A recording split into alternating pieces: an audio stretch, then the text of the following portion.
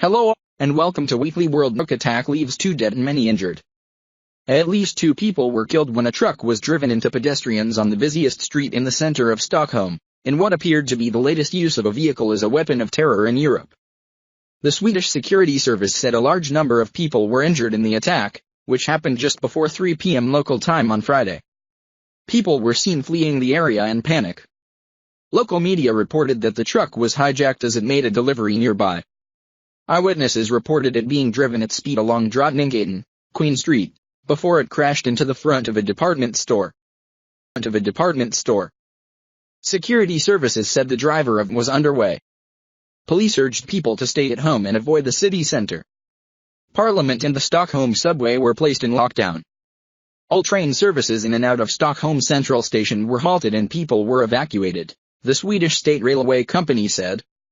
Sweden has been attacked. Swedish Prime Minister Stefan Löfven told reporters everything indicates this is a terror attack.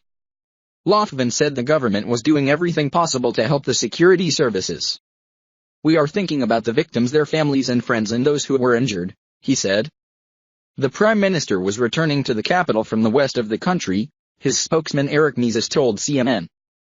King Carl XVI Gustav also announced he had cut short his state visit to Brazil to return home immediately in the aftermath of the attack. Anders Thornberg,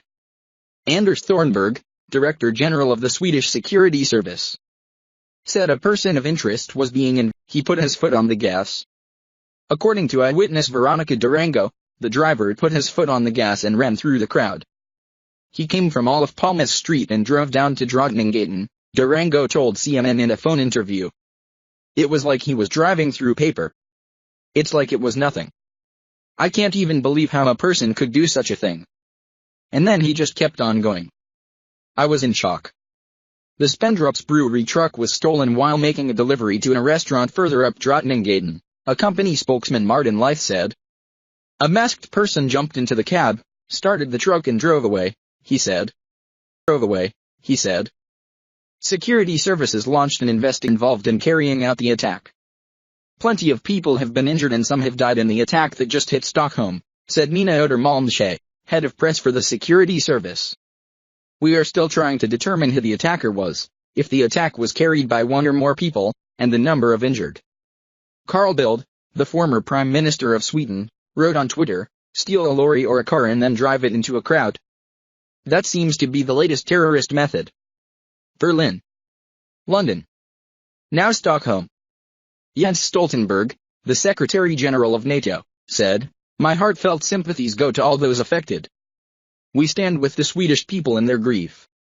The Swedish Security Service first received notification at 2:55 p.m. on Friday that a truck had been driven into a crowd on Drottninggatan in Stockholm, a press officer told CNN.